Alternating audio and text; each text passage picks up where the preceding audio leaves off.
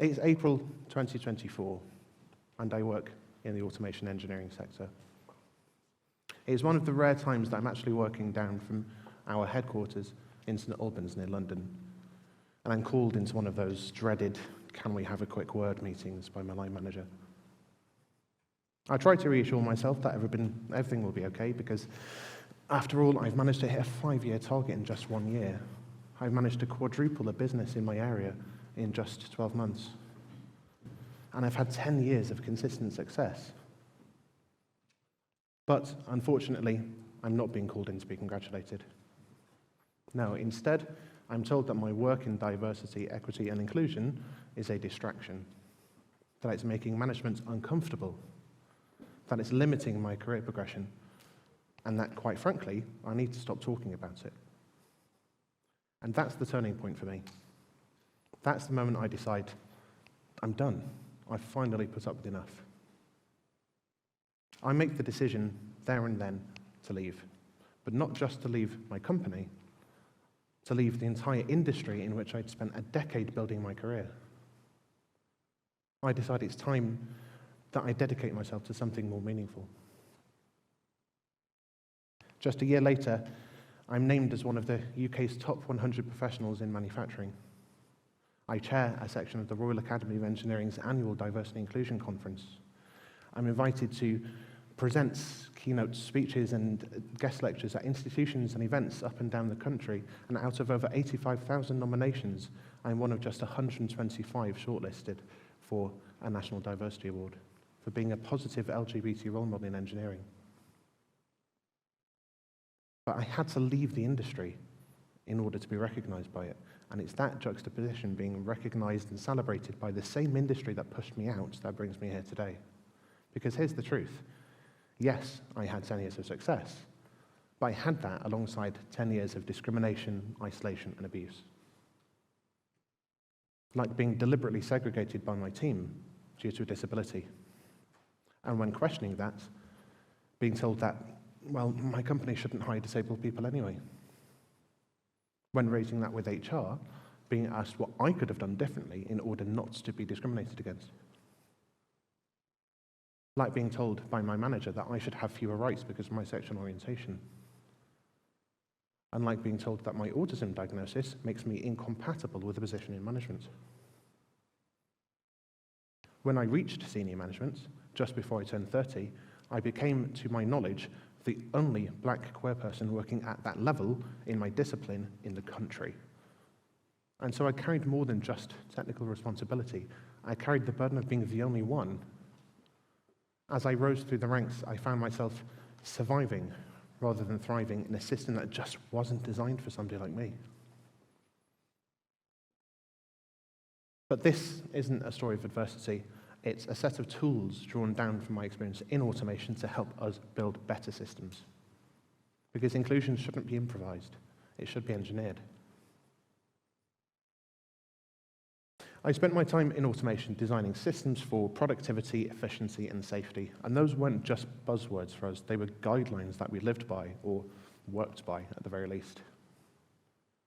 If a machine was underperforming, if it was inefficient, or if it was unsafe, then it had to be redesigned. Yet, whilst we're comfortable applying that engineering logic to the machines and the technical assets that we work with, we rarely apply that same thinking to the workplace around us. We regularly monitor our technical assets, but we don't monitor the people behind them, even though they're just as, if not more, critical to business performance. The engineering industry is facing some serious challenges. It's grappling with a growing skills gap, it's facing a mental health emergency, and it often has an outdated model of leadership that fails to serve the workforce it hopes to attract. Some of you may be familiar with the statistic that the biggest killer of men under the age of 50 in the UK is suicide. What is less well known is that those who work in construction, engineering, manufacturing are more than 3 times as likely to die by suicide than the national average.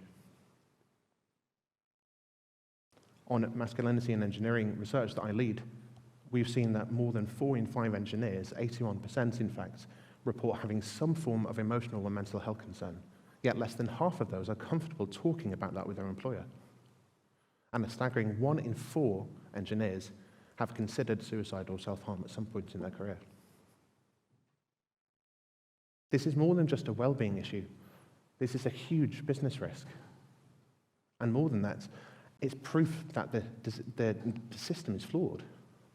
And this comes at a time when it's estimated that the UK has a shortfall of over 173,000 engineers, and that this shortfall is costing the UK economy around £1.5 billion annually. But the issue isn't just that we're failing to attract new talent, which we are. An issue that doesn't get talked about enough is that we're hemorrhaging the talent that we already have. It was reported recently that in just a 12-month period, more than 38,000 women left engineering roles in the UK. That means that the proportion of women in engineering and technical roles is actually decreasing. More proof that the system is flawed. And for those who stay, they often stay in silence. My own research into the experiences of queer engineers in automation showed that nearly 72% had either experienced or witnessed discrimination in the workplace. These aren't isolated issues. They are symptoms of a system that was never designed with inclusion in mind. A system that prioritizes output over well-being and tradition over progress. So the question is, why are we designing systems like this? If we know that they're pushing people away, holding people back, or driving people to burnouts, then why aren't we doing more about it? Because when it comes to our machines, we would never accept that level of risk. When it comes to risk and quality, a traditional method of maintenance is called planned or scheduled maintenance. We inspect and replace parts at regular intervals every 3, 6, 12 months, however regularly the manufacturer recommends, and we do this without a second thought. You'll be familiar with this with car services. You get your car serviced every 12 months or every X number of miles. But this process is disruptive, it's inefficient, it's expensive. It keeps things going, but it involves a lot of downtime, so it's not the most optimal method. And it's for this reason that the engineering industry is continuing to move towards condition monitoring and predictive maintenance. And essentially, we've started embedding our systems with sensors monitoring things like pressure, temperature, vibration, so that instead of waiting for failure, we can detect early warning signs. We gather real-time data, we analyze trends, and we use predictive algorithms to intervene before a breakdown happens. Now today, predictive maintenance isn't a bonus, it's a baseline. We have it in our factories, we have it in our cars, we even have it in our own homes. Your printers, assuming you can get them to work at all, can tell you when they're running low on ink. Your cars will tell you when your tire pressure is decreasing, much to your horror. And you can even buy fridges that can order their own food. Whether that's a good idea or not, I'll leave to you. But the point is, these systems are intelligent, they're embedded, and more, they're expected, especially in engineering. So here's the question I keep coming back to. If we can design systems like this for machines, why can't we do the same for people? In most organizations, in most workplaces, in terms of DEI, scheduled maintenance looks like your typical employee engagement survey.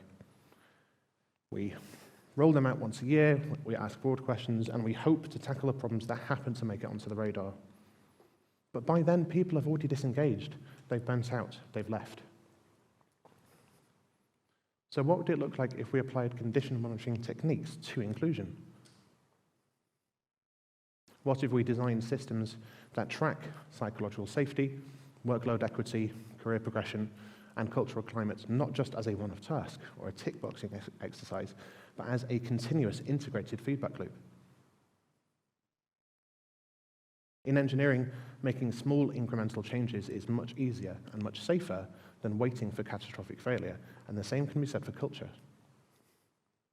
If we can build in feedback using our networks, our employee resource groups, micro-surveys, or even just regular scheduled conversation, then maybe we won't need to wait for heroic intervention because we can make small course corrections continuously.